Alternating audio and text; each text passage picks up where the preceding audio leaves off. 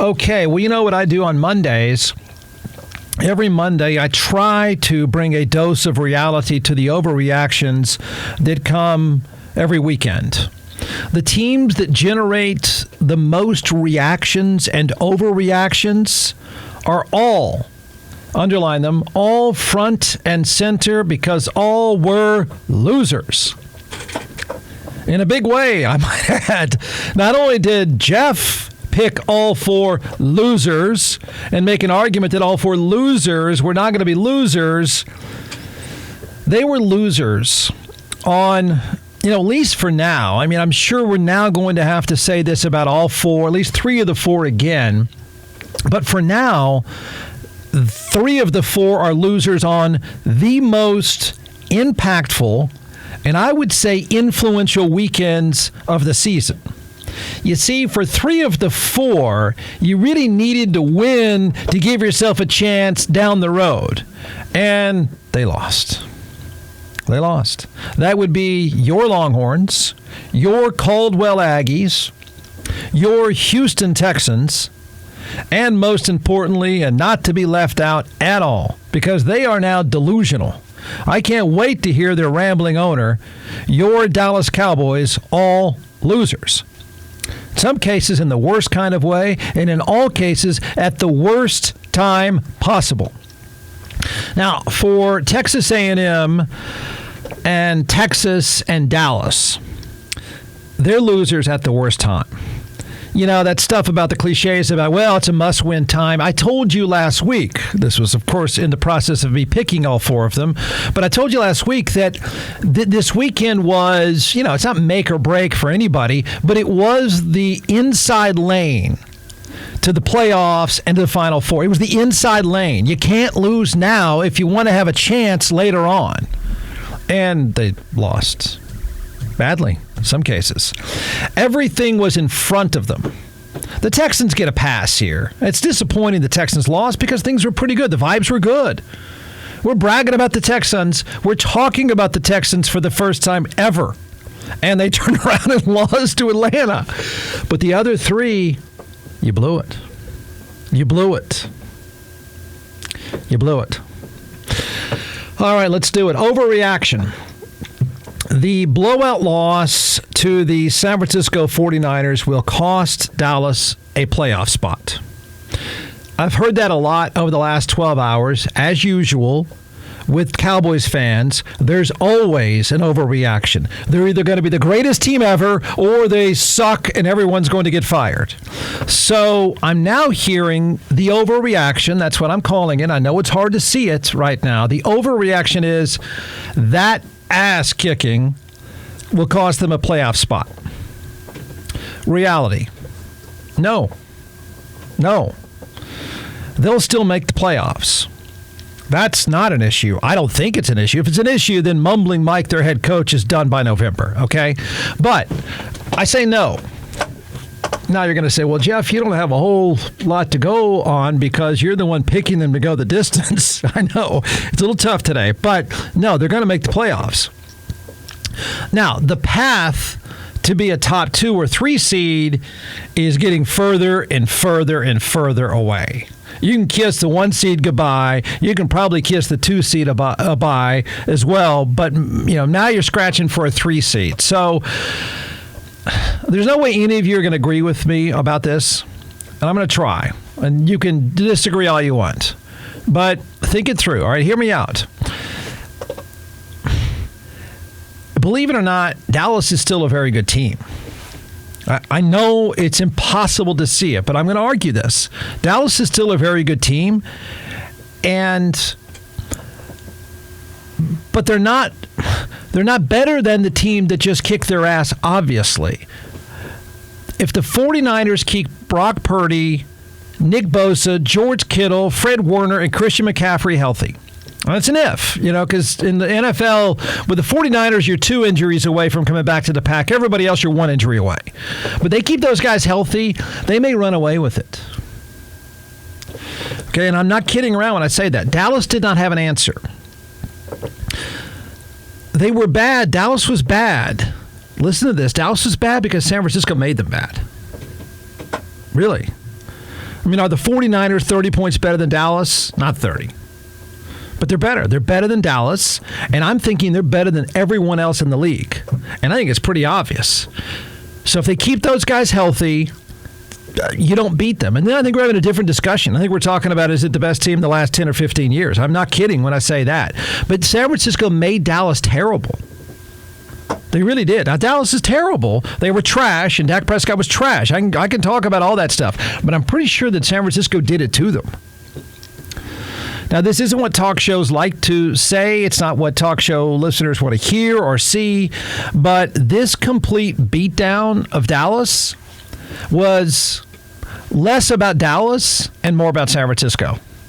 I'm not saying Dallas was good in any way, but I'm telling you that it was more about, look, one thing about football, it's like basketball. It's a one-on-one game. When the guy in front of you beats you, you're beaten. That's it. Done. End of story. And San Francisco did it all over the field.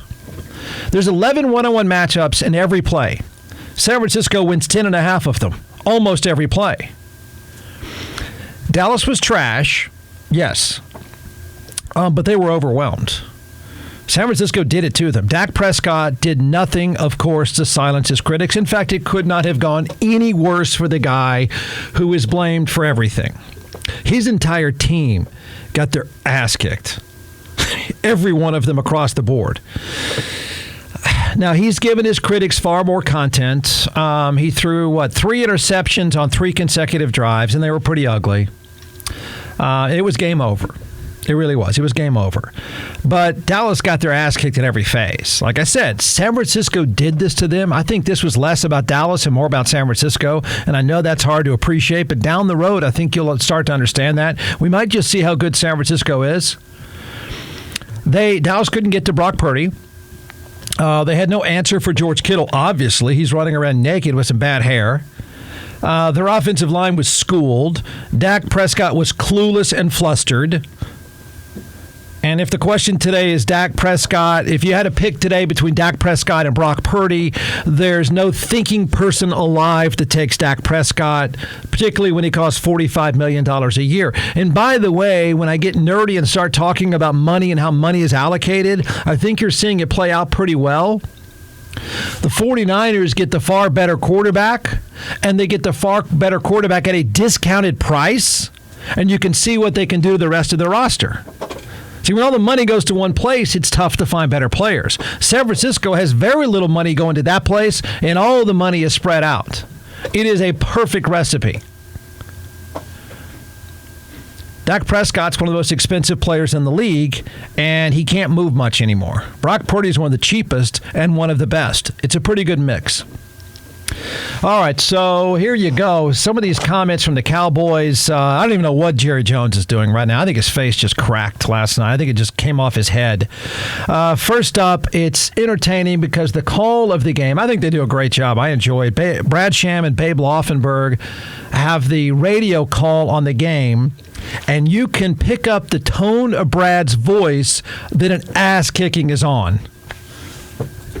Fake. Oh, they beat around the edge, goes deep, down the left side at the numerals, intercepted. He overthrew everybody. Gibson got it at the 15, up the right sideline to the 35.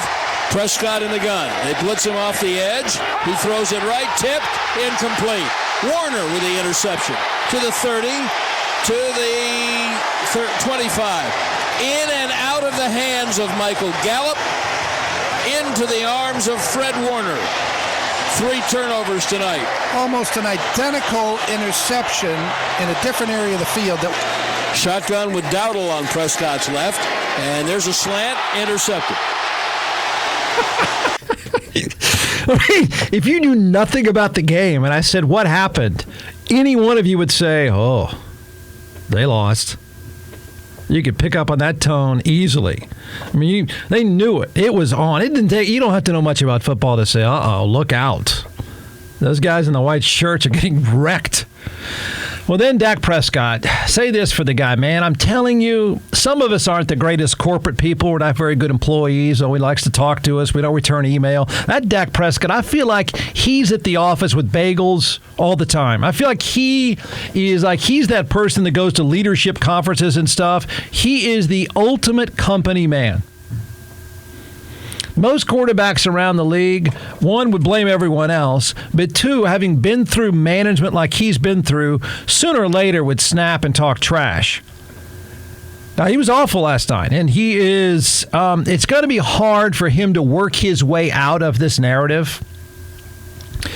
I mean, he really had a chance last night. I mean, he was playing a better team. I mean, they're overwhelmed. It's not even close, obviously. But the guy's going to have a heck of a time getting out of the narrative, and that is, man, when it counts, you just sort of, you joke. So at least the perfect company man owned it. Yeah, I guess that's a good word in a sense. Didn't see it coming. As you said, put everything into this and got punched in the mouth. Called a couple of weeks ago humbling against Arizona, but this may be the most humbling game I've ever been a part of. Felt good about the preparation, felt good about everything, honestly, coming into this game, matchups, and they beat us in every aspect. Yeah, I mean, you got to give them credit. A team like that, powerful offense, discipline on defense, and then when you start out 2 3-and-out drives and a turnover on the first 3 possessions and just give them opportunity after opportunities, it's always going to be tough. And I guess to speak on what Mike is saying is, yeah, there's a lot of self-inflicted things, but we can't do that in a game like this against a team like this. So that's part of being far off, and that's part of closing the gap and getting better. What else? That's what you're supposed to say. Now, you're not supposed to play like that, but that's what you're supposed to say. That's how to handle it. You got to own it.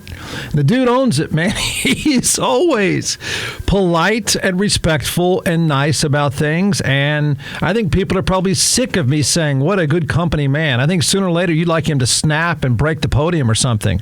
But it's true. It was the right thing to say, and you have to own it. Now, the flip side of that is one of the best players on the field, and I think he must be delusional. I don't know what game he was attending. I don't know what he was watching. I don't know how he never saw the scoreboard, but for some reason, Micah Parsons did exactly the opposite of what Dak Prescott just did. I don't understand where this guy is coming from, but he sounds completely delusional. The appropriate response there, bud, when you get your ass handed to you on TV like that, you pretty much need to shut up and get back in your lane.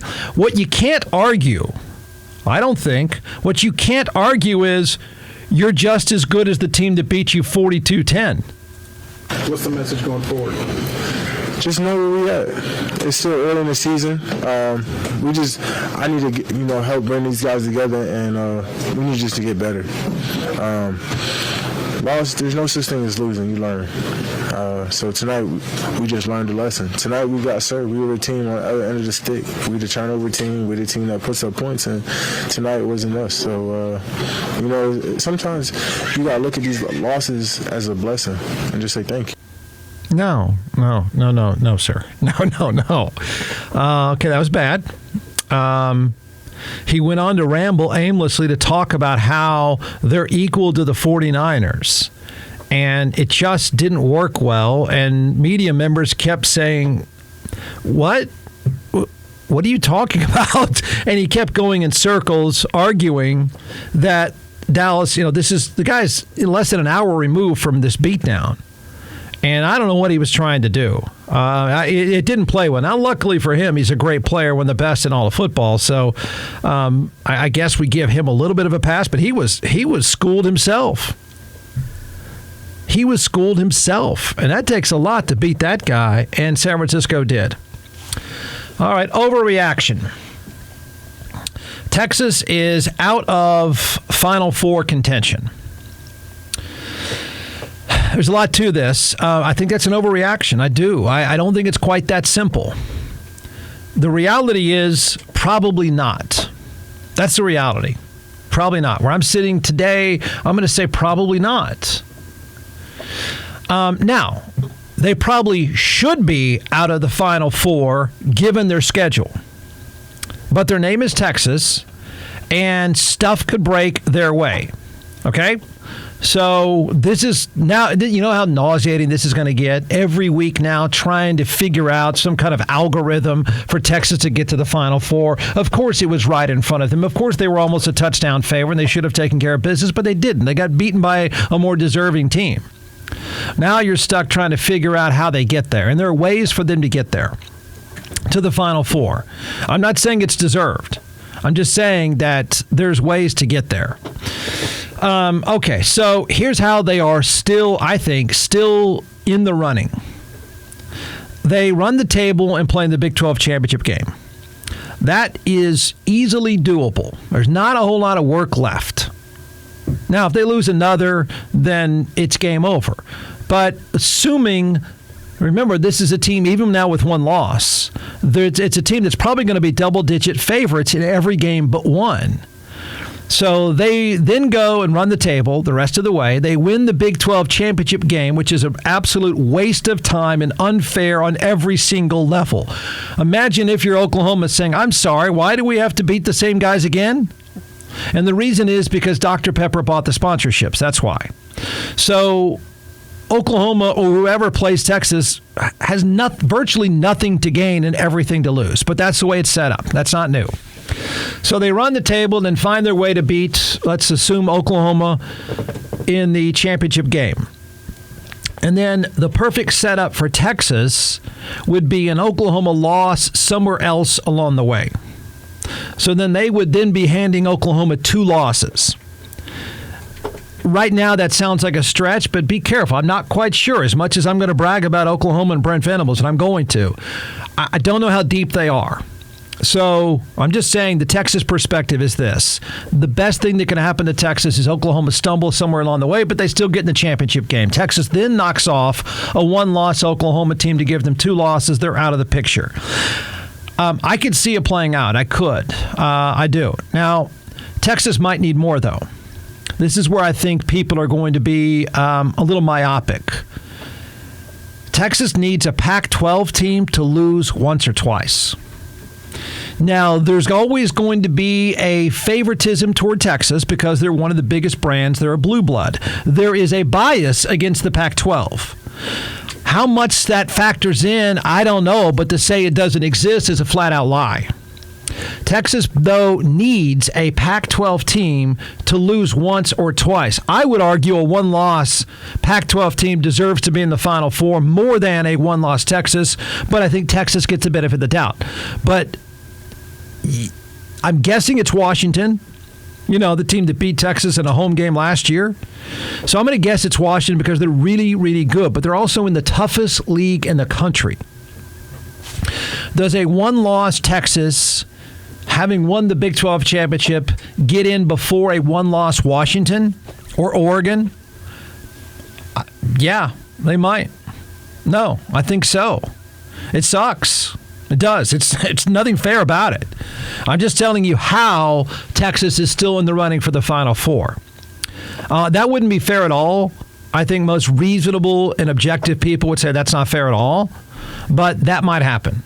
What you would then have, and I'm sure we're going to end up having this discussion far too often down the road, is you're going to end up having, a Pac-12 team that have beaten probably 5 of 6 ranked teams, having one loss, and then sitting there going, wait a second, we're out? The guys who had 3 ranked teams, they're in, and I'm going to end up saying, yeah, their name's Texas. That's the way it goes, man. So you better not lose, Pac-12. You better not lose. It sucks for you. That's how it has to happen for Texas. Now, there may be, if you want to argue some really obscure stuff, go ahead. But I think that's the most basic way that they are still in the running for the Final Four. They need stuff to go their way. They're going to be scoreboard watching from here on out. They're lucky that they play mostly cream puffs on their way out. And if they lose again, they deserve everything coming their way. That said, now, the game in the Cotton Bowl. I tweeted this, and I'm not even quite sure how it was received. I'm sorry, I put it out on X, whatever we're supposed to say. Oklahoma deserved to win, and a very, very simple way of looking at that, okay? Don't spend all your time and energy trying to figure out play calls by Steve Sarkisian, blah, blah, blah. A simple way of looking at the team that deserved to win got the win, and that is this, okay? Texas didn't deserve it because no team that has the ball on the 2-foot line in 4 plays and doesn't score. In fact, I would submit to you, you run 3 plays and then you throw a swing pass is the equivalent of saying, I'm waving a white flag. You can't man up and run 2 feet. You don't deserve to win. Okay, you have 4 downs from inside the 1 and you don't score, you don't deserve to win. When you kick off with a 3-point lead, a clutch field goal at the time, I got to say, very clutch. His coach bet on him, and I'm not sure he was going to bet on him, but he did, and a guy makes a 47-yard field goal. Gives Texas a 3-point lead. Got it? They're set to kick off. You know where that ball should land? That ball should land in Waxahachie. There's no way that ball should stay inside the stadium. It should go so far out of that stadium, it's not even funny. Instead, Oklahoma gets a long return. You don't deserve to win. You don't. I mean, that's it, man. The game is yours when you're kicking off. You have a 3-point lead. Your opponent has no timeouts, and the ball is returned to midfield. In fact, the guy who left it in the stadium had to make the tackle. Otherwise, it was going 96 yards. Then, here's another reason why you don't deserve to win. You're up by 3 points with, 80 seconds left in the game, and your opponent has no timeouts. And not only do they score with time left on the clock and make you look stupid in the process, including, I might add, leaving a guy completely naked in the corner of the end zone. You don't deserve to win.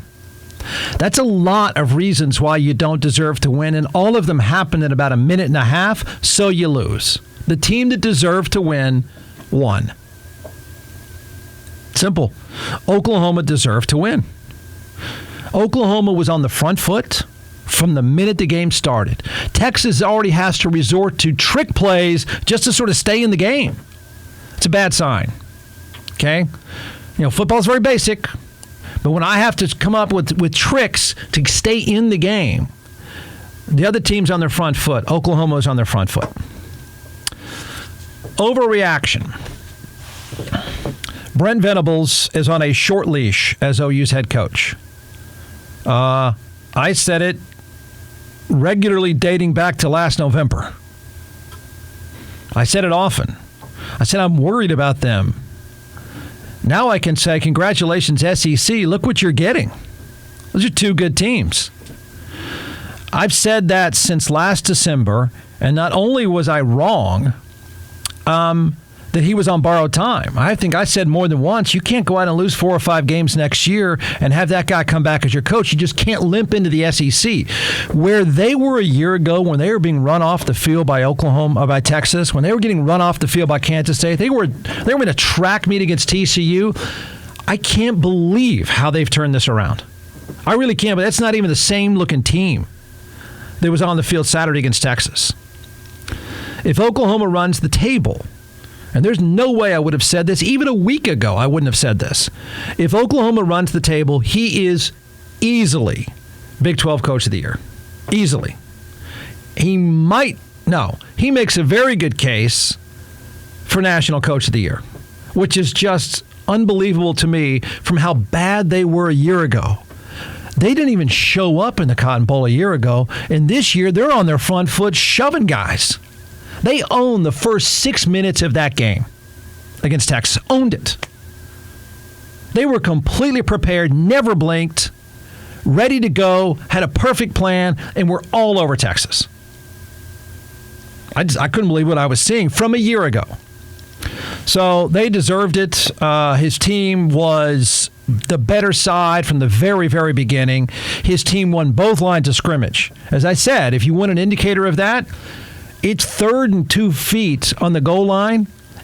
It's 4th down on the goal line, and you throw a pass sideways for 9 yards. That, to me, says you can't man up and shove them.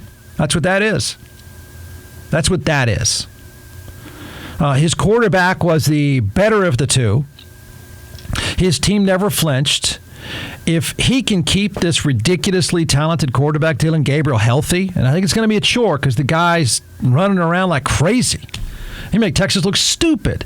You need to know, here's a nerdy football fact. The last touchdown Oklahoma scored with, 15 seconds or whatever's left. You know what he did to Texas? He looked two guys off with his eyes and made them look stupid. If you go back and watch his shoulder and head, the Texas defensive backs watched his eyes the whole time. They scoot up, thinking they're going to undercut a pass, and he had a guy wide open in the end zone. He absolutely fooled Texas. He's good. He knows what he's doing. But he's a little crazy. I don't know how you can keep running around like that. So they're on the way to their Final Four if they keep him healthy, I think. It's a remarkable turnaround. I tweeted it over the weekend, but think about this. I mean, Oklahoma and Colorado just show it to you. The transfer portal in college football is to college football what free agency is to the NFL. Like in no time, they reinvented themselves. They really did. Give Brent Venables a ton of credit. Texas looks like a paper tiger again. So, I don't know how you're going to get out of this narrative. Sooner or later, you got to win. See, if you don't want people to keep saying you're a paper tiger and you're underachievers and you're all money, you kind of need to close the deal. So, Brent Venables had a rock-solid team, a Brock Purdy clone at quarterback. That's what I would say. Good athlete, accurate passer, super smart, tough kid. Well done. Well played. Oklahoma deserved it.